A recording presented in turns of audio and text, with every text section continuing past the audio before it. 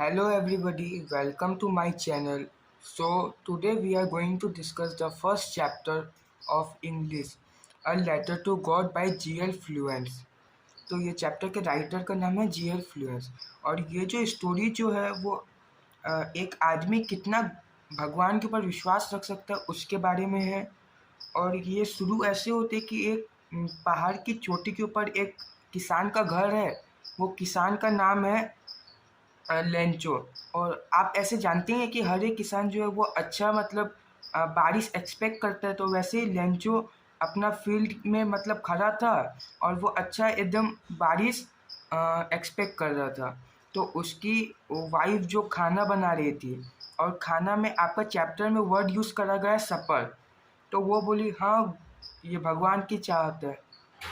तो वो लोग सोचे थे क्या जब बारिश हो जाएगी तो वो लोग का फील्ड के लिए बहुत ज़्यादा ही हेल्पफुल रहेगा।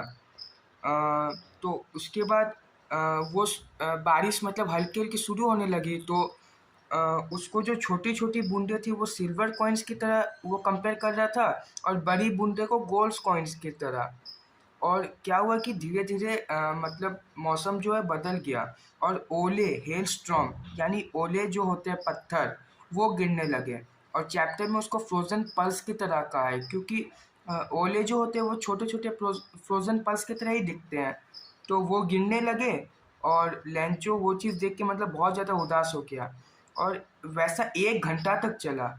और 1 घंटा के बाद लेंचो अपना फील्ड को जो देखा, तो वो पूरा तरीक़ा से तहस-नहस हो गया था, और लग रहा था क्या मतलब एक नमक की चादर बिछ गई है। और फिर लेंचो ये चीज़ बोलता है कि a pair of locusts would not have done this much damage. यानी लॉक्टस जो है एक कीड़ा का झुंड होता है जो साथ में जाते हैं, जो फसल को बहुत नुकसान करते हैं। तो लेंचो इसके साथ कंपेयर कर दिया कि एक मतलब पूरा झुंड वो कीड़ों का वो भी इतना ज़्यादा डैमेज नहीं कर सकता था। तो ये होने के बाद लेंचो का जो आखिरी होप है वो भगवान ही बचे थे। और वह ये चीज़ वो भगवान के ऊपर बहुत ज़्यादा विश्वास भी रखता है, तो वो भगवान को लेटर लिखने का सोचा। हम लोग यहाँ तक तो पढ़ ही चुके थे कि लेंचो ने भगवान को लेटर लिखने का सोचा। अब ये चीज़ तो हम लोग जैसे अब जो भी हैं हम लोग को तो ये मजाक ही लगेगा कि कैसे कोई भगवान को लेटर लिखने का सोच सकता है।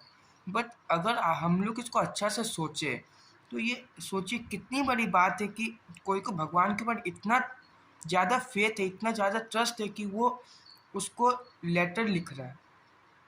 अब लेंचो मतलब ऐसे तो किसान था, लेकिन वो इतना पढ़ा लिखा था कि वह एक लेटर लिख सकता था। तो वो अपना लेटर का शुरुआत इस तरीके से करता है कि उसका जो मतलब फसल का उसका फसल बहुत बुरी तरीक़ा से हेल स्टॉर्म से डैमेज हुआ है, और उसको मनी चाहिए ताकि वो अपना फील्ड को वापस से सो कर सके, यानी वापस से उसमें पौधा लगा सके, क्रॉप अपना लगा सके, और अपना फैमिली का सर्वाइवल के लिए। सो वो जो है 100 पेसोज़ भगवान से मांगता है। तो पेसोज़ क्या है? ये करेंसी है लैटिन अमेरिकन स्टेट्स का।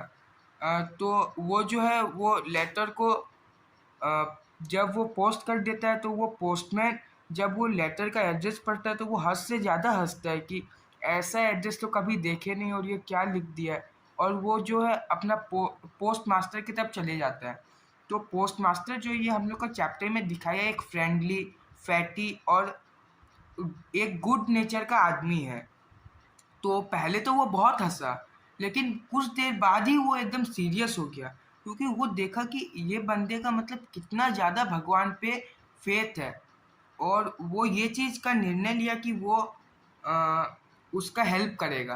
तो वो अपना कुछ आदमी से पैसे लिया, और वो अपना सैलरी का भी कुछ पार्ट दे दिया। लेकिन वो ये सब करके 70 पेसोज़ ही जुटा पाया था। हम लोग ने यहाँ तक तो पढ़ ही लिया था कि वो जो है 70 पेसोज़ ही जुटा पाए थे। तो उसके बाद जो है वो पोस्ट मास्टर जो वो 70 पेसोज़ को लेटर के अंदर डाल देता है, और उसमें कुछ भी नहीं लिखता है, गॉड छोड़ के गॉड लिख देता है। तो संडे को लेंचो जो है थोड़ा-सा जल्दी आ जाता है लेटर लेने के लिए। और आप ये बात सोचिए, ना कि वो खाली गॉड को लेटर लिखा, उसको इतना विश्वास भी है कि रिप्लाई भी आएगा।